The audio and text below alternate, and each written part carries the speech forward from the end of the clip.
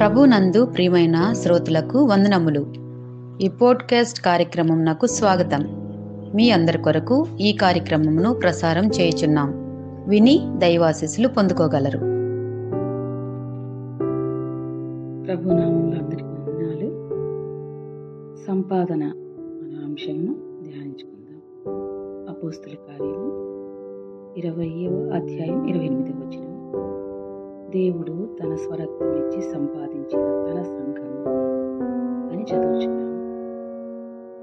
ప్రభు అయిన యేసుక్రీస్తు వారు కల్వరి శిలువలో కార్చిన రక్తం ద్వారా కొని మనలను రక్షించుకున్నారు. నా విలువ ఎంత గొప్పదో, మరి ఈ లోకంలో మనకు విలువ లేకపోవచ్చు, కానీ ప్రభువు మనకు విలువ ఇచ్చాడు కదా. ప్రభువుకున్న ప్రాణం అంత విలువ మన విలువ. ఈ లోకంలో ఎవరు గుర్తింపలేని వారుగా, అనామకులుగా ఉండవచ్చు, కానీ ప్రభు దృష్టిలో మనము విలువైన వారం. ఆయన విలువ పెట్టి మనను సంపాదించుకున్నాడు కదా. కీర్తన గ్రంథం 135:4 వచనంలో, యెహోవా తన కొరకు యాకోబును ఏర్పరచుకొనెను, తనకు స్వకీయ ధనముగా ఇశ్రాయేలును ఏర్పరచుకొనెను అని చూస్తుంటున్నాం. దేవుడు ఏమంటుండే, స్వకీయ ధనము. ధనాన్ని మనం ఏం చేస్తాం? ఎంతో జాగ్రత్తగా భద్రపరచుకుంటాం. అలాగే ప్రభు కూడా మనల్ని ఆయన హస్తములో పెట్టుకొని మనల్ని భద్రపరచుకున్నాడు కదా. మీ జీవము క్రీస్తులో కూడా దాచబడి ఉన్నది అని కదా. ఇశ్రాయేలుని ఏర్పరచుకున్నాడు దేవుడు. నిర్గమకాండం 19:5లో కూడా, సమస్త దేశ జనులలో నాకు స్వకీయ సంపాద్యమగుదురు. సంపాద్యమగుదురు నా అంటే స్వకీయ సంపాద్యం అంటే నా యొక్క నిధి కదా. ఆయన నిధిగా పెట్టుకున్నాడు ఇశ్రాయేలీయులను. స్వకీయ జనము అని ఒక అసాధారణమైన ప్రశస్త నిధి అని తెలియజేయబడింది. కాబట్టి సినాయి కొండ దగ్గర యెహోవా మోషేతో చేసిన నిబంధన ద్వారా ఇశ్రాయేలీయులు ఆయన స్వకీయ సంపాద్యమయ్యారు.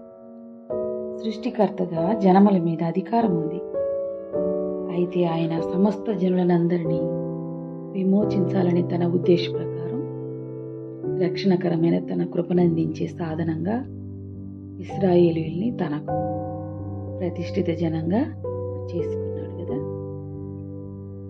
ప్రకటన గ్రంథంలో మనం చూసినట్లయితే 5వ అధ్యాయం 9-10 వచనాలలో, ఆ పెద్దలు, నీవు గ్రంథమును తీసుకుని దాని ముద్రలను విప్పుటకు యోగ్యుడవు, నీవు వధింపబడిన వాడవై నీ రక్తం ఇచ్చి ప్రతి వంశములోనూ ఆయా భాషలు మాట్లాడువారిలోనూ ప్రతి ప్రజలోనూ ప్రతి జనంలోనూ దేవుని కొరకు మనుషులను కొని మా దేవునికి వారిని ఒక రాజ్యముగాను యాజకులనుగాను చేసితివి గనుక వారు భూలోకమందు ఏలుదురని క్రొత్త పాట పాడుదురు. అవునండి, వధింపబడిన గొర్రె పిల్లగా ఆయన రక్తం ఇచ్చి ప్రభు మరి మనల్ని కొన్నాడు. ప్రతి ప్రజలు ప్రతి ఒక్కరిని కూడా ఈనాడు అనేక మంది ప్రభు దగ్గరకు వస్తుంటున్నారు. ఆయన రక్తం ఇచ్చి కొన్నాడు. శిలువపై క్రీస్తు ప్రభు తన రక్తమును కార్చి ఆ రక్తం ద్వారా ప్రతి ఒక్క మనిషిని సంపాదించుకోవడానికి ఆయన దీర్ఘశాంతం కలిగి ఇంకా ఎదురు చూస్తూ ఉన్నారు, నా దగ్గరకు వస్తారని కదా. కాబట్టి మనము కొన్న ప్రభువుకు మనం ఎలాగుండాలి? పరిశుద్ధముగాను దేవునికి అనుకూలమైన సజీవ యాగముగా మన శరీరాలను ఆయనకు సమర్పించుకోవాలి కదా. ఇట్టి సేవ యుక్తమైనది అని చూస్తుంటున్నాం. ప్రభు మనల్ని కొన్నాడు.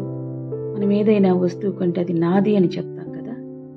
అలాగే ప్రభు మనల్ని కొని నా పిల్లలు అని చెప్తుండగా ఇంకా మనము తిరుగుబాటు స్వభావం కలిగి ఉన్నప్పుడు ఆయన ఎంత దుఃఖపడతారో కదా.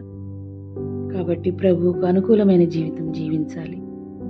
ఇట్టి సేవ యుక్తమైనదని రోమీయులకు రాసిన పత్రిక 12వ అధ్యాయం 1వ వచనంలో చూస్తున్నాం. కాబట్టి దేవుని ఘనత కోసం జీవించడానికి మన సంపూర్ణ వ్యక్తిత్వాన్ని అంకితం చేయాలి.